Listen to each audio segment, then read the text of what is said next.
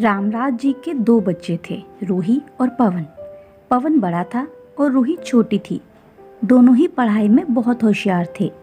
रामराव और रूही की माँ लता रूही को लेकर बहुत चिंतित थे, क्योंकि रूही ने अपनी शिक्षा पूरी कर ली थी।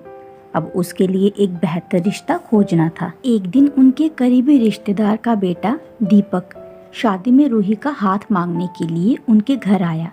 दीपक को सभी पसंद करते थे। वह दिखने में अच्छा था और एक अच्छी कंपनी में कार्यरत था। दीपक के परिवार को भी रूही पसंद थी। फिर इन सब के बाद शादी की तारीख तय हो गई और पवन के भैया और रामराव शादी की सारी तैयारियां कर रहे थे। क्योंकि शादी नजदीक थी, सारी तैयारियां हो गई। शादी का दिन भी आ गया।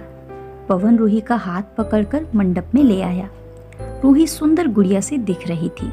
सुंदर नाक, आंखें, रंग गोरा, लंबी लंबी चोटी। रूही दिखने में बेहद खूबसूरत थी।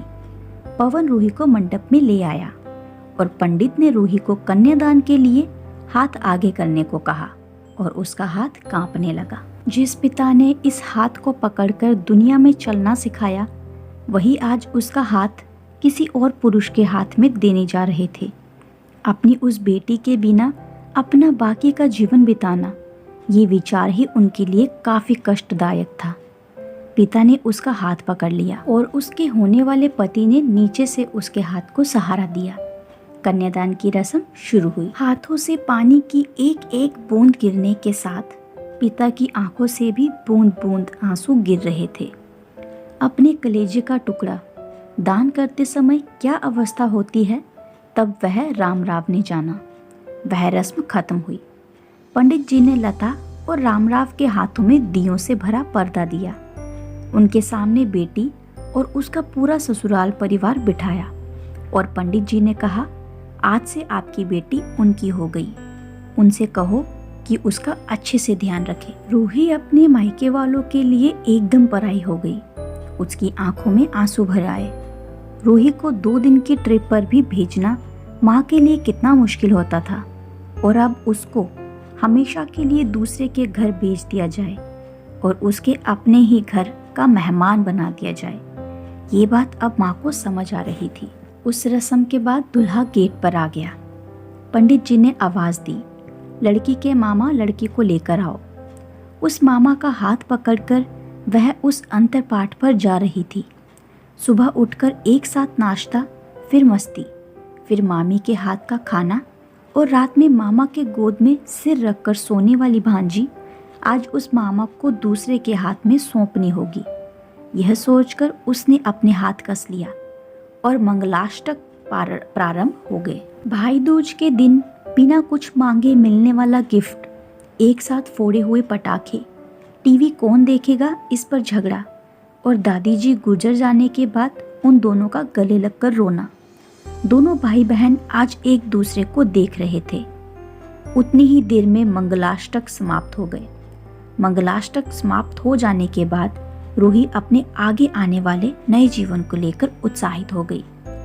रूही ने वरमाला पहनाई और अपने पति दीपक के पास खड़ी हो गई। रूही के सामने बहुत से लोग खड़े थे। कुछ आशीर्वाद दे रहे थे और कुछ पास होकर स्तुति कर रहे थे। फोटो के लिए उसकी सहेलियां आई। एक ने उसका हाथ पकड़ा, दूसरे ने उसका पल्लू अटका हुआ निकाला, तीसरे ने उसके आंसू पोंछे। हम घर रहने के लिए आ रहे हैं, आंटी को बोलना खाना खाने के लिए आएंगे। उसे उस एक कमरे की आवाज, एक दूसरे के अधिकार और वह दिन याद आ गए जब वे एक साथ रहती थी। अचानक पति दीपक ने कहा कि तुम चारों की तस्वीर ले लो, मैं साइड में खड़ा हो जाता हूँ। और वह चारों चेहरे हंसे और खाने की कतार में आज रूही माँ पापा से दूर दूसरे लोगों के पास बैठी थी। खाना खाने के बाद पंडित जी ने गौरी हार की पूजा करने के लिए बुलाया। रूही ने वहां मन से पूजा की। माँ ने रूही की झोली भर दी और अनीता आंटी से कहा कि आप पीछे मुड़ना मत। रूही अचानक चौंक गई। वह आगे बढ़ने लगी। इतने सालों से बच्चे की तरह पाले हुए उस चाचा का बांध टूट गया। स्कूल से घर वापस आने में देर हो जाने पर अस्वस्थ होने वाले वह चाचा जी, जन्मदिन पर 5-6 फ्राक उसके आगर लाकर रखने वाले चाचा जी, मैं नहीं आने वाली आज घर में, चाची के पास रहूंगी कहकर रोने वाली वह आज हमेशा के लिए दूर चली जाएगी। यह रूही के दूसरे माँ पापा के रूप में चाचा चाची को भी यह बात सहन नहीं हो रही थी। उसकी पहचान आज बदल चुकी थी। हाथों की वह हरी चूड़ियाँ, पाँव में बिछिया और गले में मंगलसूत्र एक नए जीवन की राह दिखा रहे थे। सास का हाथ पकड़कर रूही उस फूलों से सजी गाड़ी में दीपक के साथ बैठी। उस गाड़ी में खुशी थी और उस गाड़ी के बाहर खड़े सभी लोग आंखों में आंसू लिए उसे अलविदा कह रहे थे। रूही बोली, मम्मी पापा आती हूँ मैं। बहुत मुश्किल होता है अपना कलेजा, अपना दिल अपने ही हाथों से बाहर निकालकर पराए हाथों में सौंपना, और वह अपने कलेजे को, अपने दिल को खुद के दिल से लगा कर रखेगा। फिर भी हर माता पिता इस मुश्किल काम का सपना देखते हैं लड़की के जन्म देने के बाद से ही। तो दोस्तों, आज के लिए बस इतना ही। आज की ये इमोशनल कहानी आपको कैसी लगी आप कमेंट में ज़रूर बताइएगा। मिलते हैं बहुत ही जल्द अगली कहानी के साथ। तब तक के लिए चैनल को सब्सक्राइब कर दीजिए। कहानी पसंद आए तो कहानी को लाइक कीजिए और ज़्यादा से ज़्यादा शेयर कीजिए।